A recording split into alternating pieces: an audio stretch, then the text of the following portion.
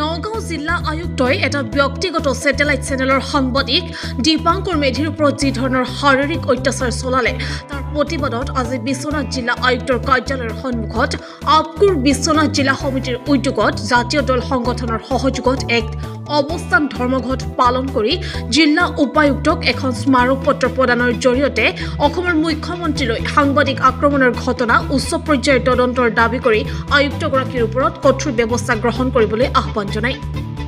আপকুৰ উদ্যোগত অনুষ্ঠিত হোৱা এই প্ৰতিবাদত বীৰ লাচিত সেনা, সদৌ অসম সংখ্যালঘু ছাত্ৰ ইউনিয়ন আমছু, অসম জাতীয় পৰিষদ, গোৰ্খা ছাত্ৰ সন্থা, অখিল ভাৰতীয় পত্ৰকাৰ মহাসভাকে আদি কৰি কেইবাগৰাকীও জাতীয় দল সংগঠনৰ প্ৰতিনিধিয়ে অংশগ্ৰহণ কৰে। প্ৰথমটো আজি এই প্ৰতিবাদথলীৰ পৰা মই সদৌ অসম গোৰ্খা ছাত্ৰ সন্থাৰ মঞ্চৰ পৰা মই আজি ভাষা বিচাৰি পোৱা নাই। কাৰণ মই এটাই কথা জানো যে অসমীয়া ভাষাত এষাৰ বাক্য আছে যে কাকনো বুলিম ককা চবৰে দাড়ি চুলি পকা। আজি এজন IAS বিষয়া এজনক আমি শিকাবলগীয়া হৈছে যে গণতন্ত্ৰৰ চতুৰ্থ স্তম্ভক সুৰক্ষা কেনেকৈ দিব লাগে সেই কথাটো আমি শিকাবলগীয়া হৈছে। দুৰ্ভাগ্যজনক কথা এইটো।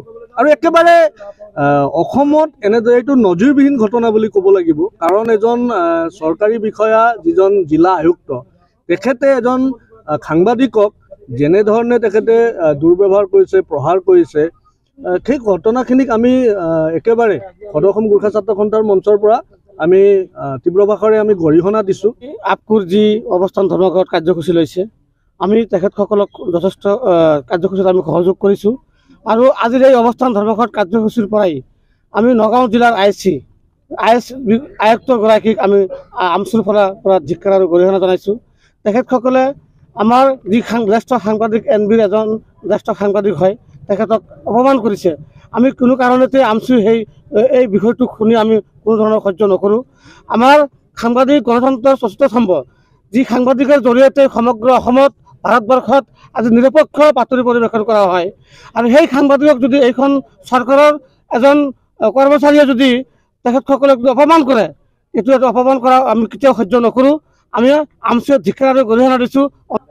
নগাঁও জিলাৰ আয়ুক্তগৰাকীয়ে তেখেতৰ কাৰ্যালয়ত গুৱাহাটীৰ জ্যেষ্ঠ সাংবাদিক দীপাংকৰ মেধিক যেনেদৰে আক্ৰমণ কৰিলে, সাংবাদিকগৰাকীয়ে এগৰাকী মহিলাৰ এটা বিষয়ৰ ওপৰত তেখেতক প্ৰশ্ন উত্থাপন কৰিছিল, আৰু সেই বিষয়টো কেন্দ্ৰ কৰিয়েই যিটো আয়ুক্তগৰাকীয়ে যেনেধৰণে তেখেতক বুকুত আৰু মুখত ইতিমধ্যে আক্ৰমণ কৰিলে, সেই আক্ৰমণ কৰা ঘটনাক আমি বিশ্বনাথ জিলা সমিতিৰ আপকুৰ তৰফৰ পৰা তীব্ৰ ভাষাৰে নিন্দা কৰিছোঁ। আৰু IAS বিষয়াগৰাকীক আমি সকীয়াই দিবলৈ বিচাৰিছোঁ যে তেখেত জিলা প্ৰশাসনৰ এগৰাকী মুৰব্বী বিষয়া, আৰু এগৰাকী IAS বিষয়াই এনেধৰণৰ গৰ্হিত কাৰ্য কেতিয়াও কৰিব নালাগে।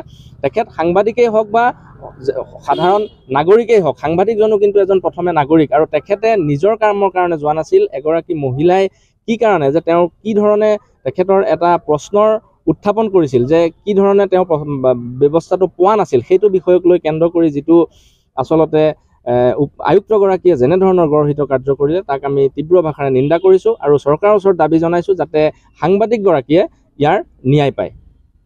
আমি আপকুৰ বিশ্বনাথ জিলা সমিতিৰ উদ্যোগত অৱস্থান ধৰ্মঘট কাৰ্যসূচীত অংশগ্ৰহণ কৰি আমি অতি দুখ আৰু আৱেগত আমি আজি আছোঁ। কাৰণ এজন জ্যেষ্ঠ সাংবাদিক হয়, NB চেনেলৰ এজন জ্যেষ্ঠ সাংবাদিক, তেখেতক নগাঁৱৰ আয়ুক্তগৰাকীয়ে যি ধৰণৰ অন্যায় অত্যাচাৰ কৰিলে, এইটো আমি বিশ্বনাথ জিলা সমিতিৰ তৰফৰ পৰা আমচুৰ আমি ধিক্কাৰ আৰু গৰিহণা দিছোঁ। আৰু এই ধৰণৰ যদি গণতন্ত্ৰৰ চতুৰ্থ স্তম্ভক যদি নিৰ্যাতনৰ বলি হয়, তেতিয়াহ'লে অসমত বা ভাৰতবৰ্ষত সাধাৰণ জনতাৰ অৱস্থা কি হ'ব?